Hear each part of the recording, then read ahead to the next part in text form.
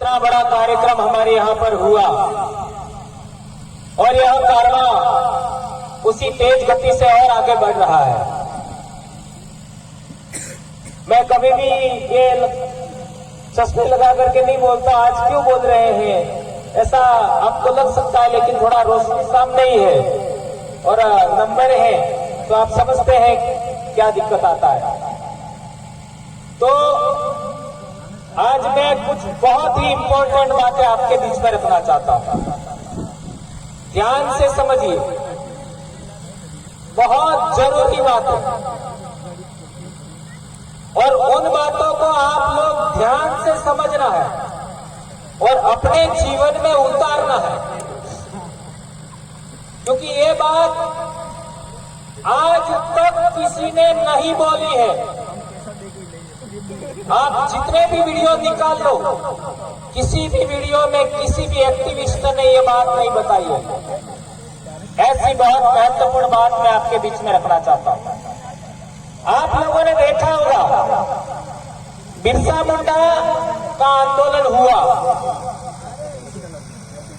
और बिरसा मुंडा शहीद हुए।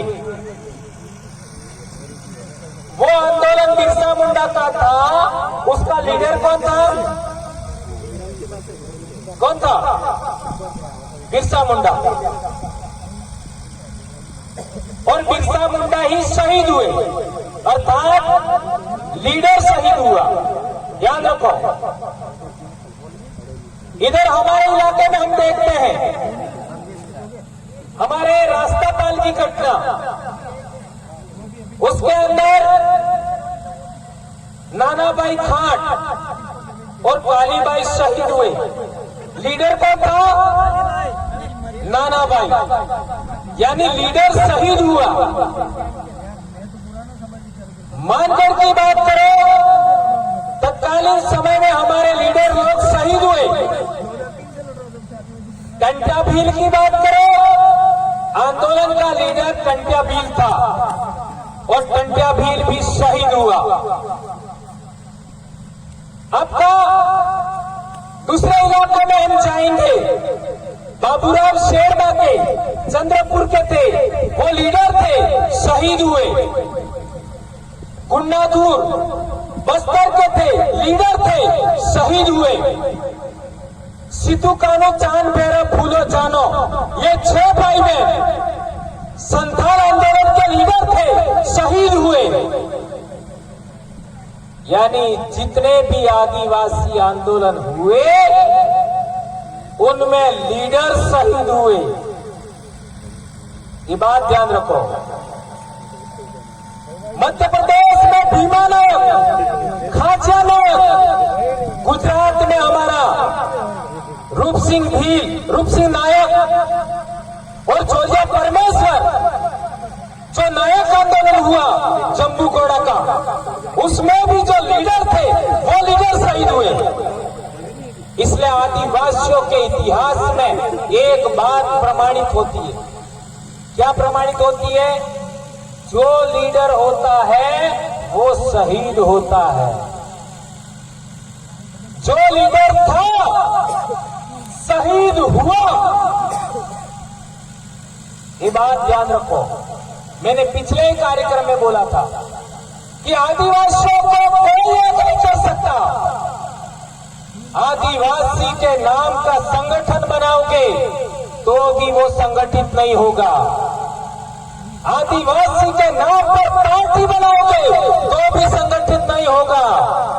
आदिवासी के नाम का धर्म बनाओगे तो भी संगठित नहीं होगा। आदिवासी इतिहास से ही संगठित हो सकता है।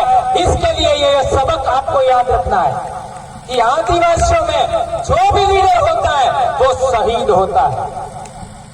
अब और आगे बढ़ते हैं। डूंगर बरंडा हमारा राजा था, हील राजा था, वो भी शहीद हुआ। बांसिया चरपोटा बांसवाड़ा का राजा था, वो भी शहीद हुआ। कुशलगढ़ का कुशला कटारा राजा था, वो भी शहीद हुआ। चित्तौड़ का राजा मानमोरी वीर था, वो भी शहीद हुआ। उदयपुर का उदय खराड़ी था, वो भी शहीद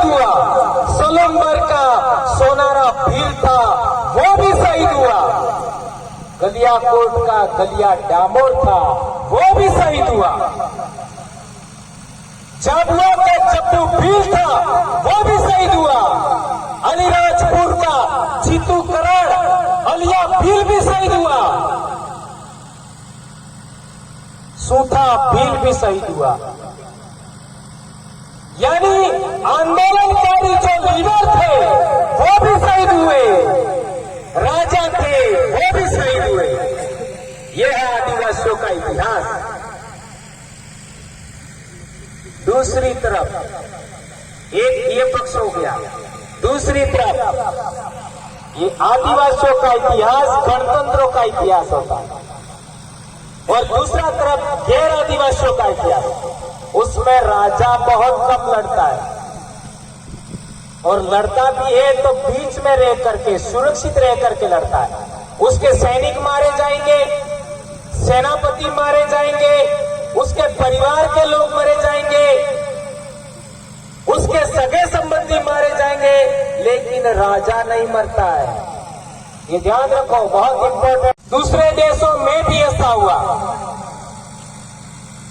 ये बात हमको समझना पड़ेगा कि आदिवासियों में लीडर मारा जाता है, गैर आदिवासियों में लीडर सुरक्षित रहता है। ऐसा क्यों हुआ? क्यों हुआ? ये बात समझना है। पानी, ये बहुत इंपॉर्टेंट बात समझनी है। इसके लिए आपको समझना पड़ेगा संस्कृत धर्मशास्त्रों को।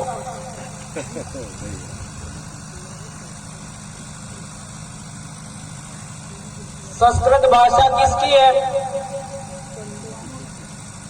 संस्कृत धर्मशास्त्र किसने लिखे? मंदिर का पुजारी से लगा करके शंकराचार्य कौन होता है? आप समझते हैं? मंदिर किसके?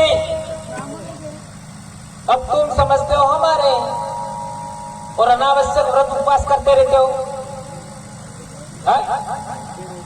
संस्कृत साहित्यों में एक रेफरेंस मिलता है कि एक राजा था हिरण्यकश्यप, उसका भाई था हिरण्याक्ष। हिरण्याक्ष यानी भाई को मारने के लिए भगवान ने अवतार लिया, हिरण्याक्ष को मारने के लिए, और इसका छोटा भाई था हिरण्यकश्यप, उसको मारने के लिए भी भगवान ने अवतार लिया। यानी दो भाइयों को मारने के लिए दो अवतार। उसका बेटा प्रहलाद था, तो प्रहलाद था वो अपने बाप की तरफ नहीं रहा, अपने चाचा ताऊ की तरफ नहीं रहा, अपने समाज की तरफ नहीं रहा, वो दूसरे समाज की ओर चला गया। आए समझ में? प्रहलाद किधर चला गया? दूसरे समाज की तरफ। और हिरण्याक्ष या हिरण्यकश्यप और उनके साथी क्या थे? शक्तिशाली राजा थे। तो इस कहानी से एक सबक मिलता है। क्या सबक मिलता है? शक्तिशाली बाप को मारना है, शक्तिशाली परिवार को मारना है।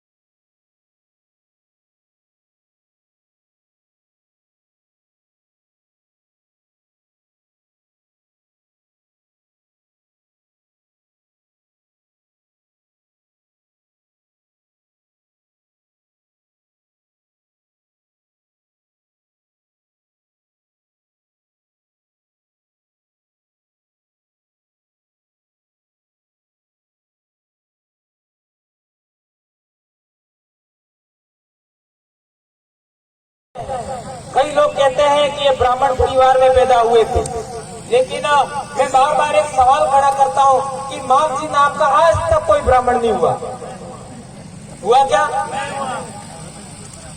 इतिहास पढ़ो, सारे शास्त्र पढ़ो, आज तक एक भी मामजी नाम का व्यक्ति पैदा ब्राह्मण नहीं हुआ। सही है गलत है? और हमारे नवा टापरा के कटारा परिवार के एक बड़े बुजुर्ग हैं, उन्होंने 2012 में कहा था कि आना डोंगरा में बे पाले रहती थी, अणा पालनो वंशज एम कहता था। अभी कटली बात राइट एंड कटली झूठी इन्हें जांच करवानो और विषय, पर मामजी महाराज बाद गादीपति कोण बन्यु? मामजी महाराज भाई गादीपति कोण बन्यु? अणन सोरा बन्यु ने अणन सोरा बाद कोण बन्यु? अणन वहू बन्यु। ध्यान रखो, मामजी महाराज बाद अणन सोरो ने अणन सोरा बाद वहू। अब संस्कृत भाषा वाला लोग हैं, अण में कोई महिला गादीपति बनी सके? कौन बनी सके? वेद, पुराण, उपनिषद, मनुस्मृति, रामायण, महाभारत, इस ग्रंथ वाले जो लोग हैं उनमें कोई महिला गादीपति बन सकती है? इससे ये प्रमाणित होता है कि वो गादी हमारी ही है, प्रमाणित होता है। और बहुत सारी बातें, लेकिन एक बात अहम ध्यान रखना, मामजी महाराज की भक्ति का ब्राह्मणीकरण हुआ, इसके बाद संत सुरमाल महाराज की भक्ति का ब्राह्मणीकरण हुआ, इसके बाद संत गोविंद गुरु